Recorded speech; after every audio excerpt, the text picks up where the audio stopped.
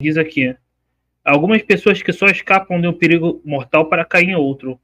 Parece que não podiam escapar à morte. Não há nisso fatalidade? Aí os espíritos respondem: fatal, no sentido verdadeiro da palavra, só o instante da morte o é.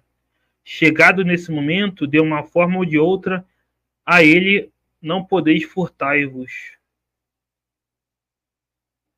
E tem outra questão que também é interessante sobre isso, né?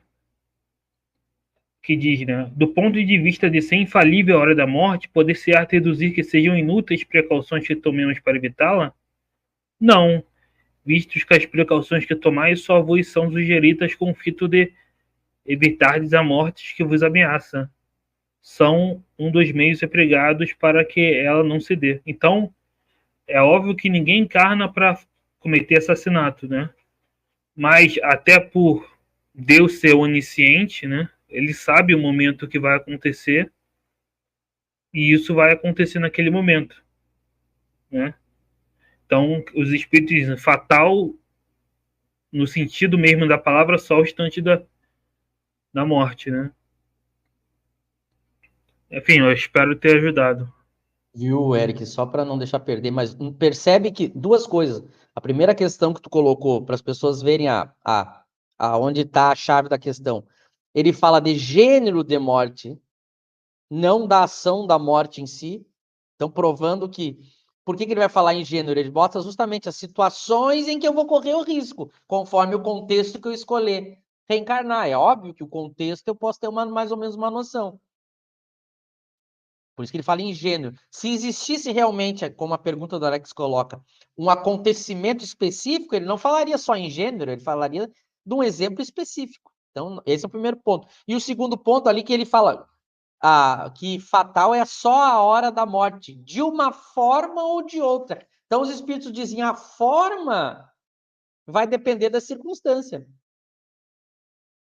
Nota, a forma não é determinante. Por isso que ele diz de uma forma ou de outra. Então, às vezes, as pessoas confundem. Esses livros espíritas modernos aí, eles colocam a forma. Não, o fulano tinha que tomar 15 facadas do fulano lá, o bandido tal. Olha aí, veja, isso contraria a ideia de gênero de morte e contraria a ideia de dizer que existem várias formas fatais, como o livro dos Espíritos coloca, uma forma ou outra. Então, a gente tem que ter cuidado, porque, por exemplo, é óbvio que se eu reencarno no Afeganistão, a tendência é que eu morra de uma forma violenta. Estou usando um exemplo aqui, só para as pessoas entenderem. Agora, se eu reencarno na Noruega, a tendência é que eu morra, não morra através de um assalto, de um tiro, de uma bala perdida na Noruega, percebe? Então, pelo contexto geral, eu tenho mais ou menos uma ideia do gênero. Eu vou reencarnar num país que está numa guerra civil ou participando de uma guerra mundial como foco da guerra. A tendência é que eu não sobreviva muito tempo. Então, há ali uma tendência pelas circunstâncias. Né?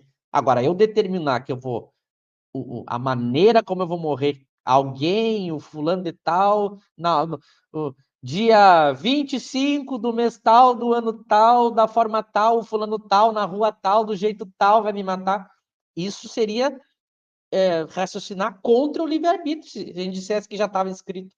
Embora as obras modernas espíritas coloquem, eu sei, eu já li essas obras, elas colocam como destino, o fulano tinha que passar. Há pouco tempo, deixa eu lembrar onde que eu vi isso. Foi uma dessas coisas aí da federação, colocando que. Eu não vou lembrar bem, mas eles colocavam a ideia de que. Eu já acho que eu já comentei isso aqui, que uma mulher que apanhava do marido, ela tinha que passar por isso. Aí a coitada ouviu isso, acreditou nisso e ficava apanhando o marido, em vez de fugir, sair, correr. Esse é o perigo desse tipo de fala, porque a pessoa, então se eu tenho que passar por isso, eu não vou me prevenir, eu não vou fugir, eu não vou acionar a polícia, eu não vou me livrar disso, eu não vou me separar, eu não vou pedir divórcio. Mesma coisa, a pessoa tinha que morrer de tal doença. Aí a pessoa não busca o tratamento, aí a pessoa não. Aliás, se os cientistas que estivessem tentando desenvolver a cura estariam indo contra Deus, né? Imagina o fulano tinha que morrer com aquela doença, daí o cientista descobriu a cura. Ele descobriu a cura. Bom, então agora vai ser punido, porque ele descobriu a cura. Imagina que maluco. Por isso que tem um capítulo, eu acho que é no capítulo 5 do Evangelho. Poder-se-á por um fim na prova do outro. Eu tendo condições de acabar com o sofrimento, eu tenho que acabar.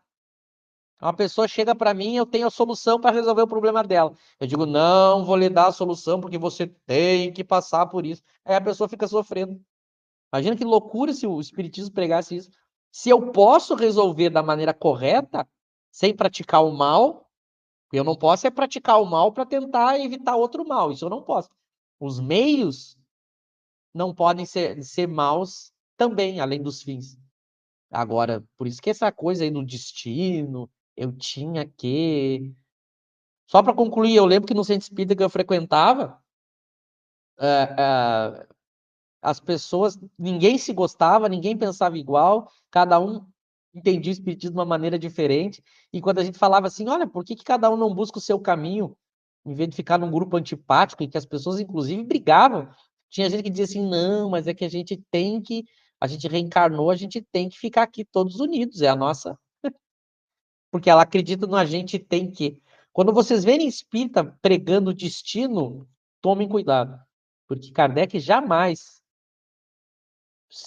Porque eu digo, achem trechos das obras de Kardec e me mostrem em que ele coloque isso. Não coloque, pelo contrário, quando ele vai falar lá da lei de liberdade, ele termina a lei de liberdade no Livro dos Espíritos, falando justamente isso, que no plano moral há sempre a livre escolha.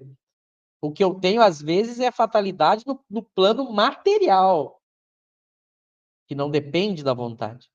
Mas no plano moral, há escolha. Para dar um exemplo, se alguém explodiu uma bomba aqui, eu não posso escolher.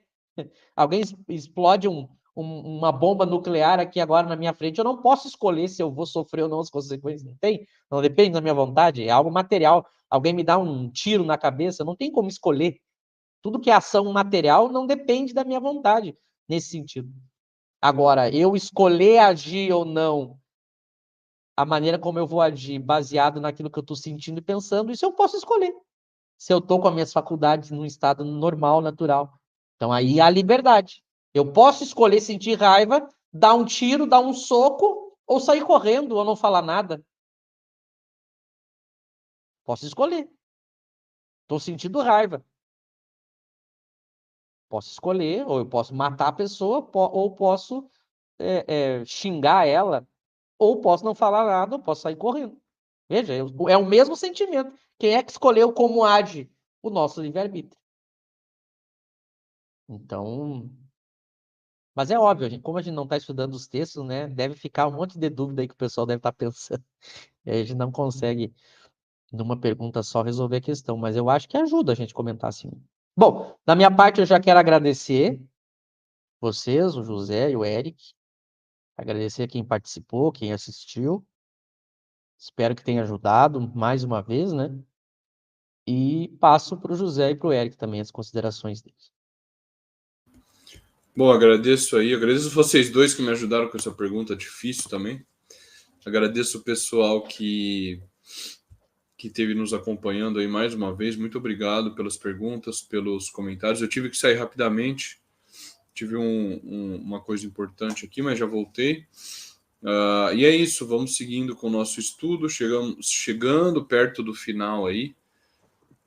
Em breve a gente vai soltar notícias de qual será a próxima obra a ser estudada, né? Nós temos algumas opções aí, vamos decidir, bater o martelo, e aí a gente informa a todos vocês. Muito obrigado pela companhia. Boa noite a todos. Semana que vem estamos de volta. Grande abraço.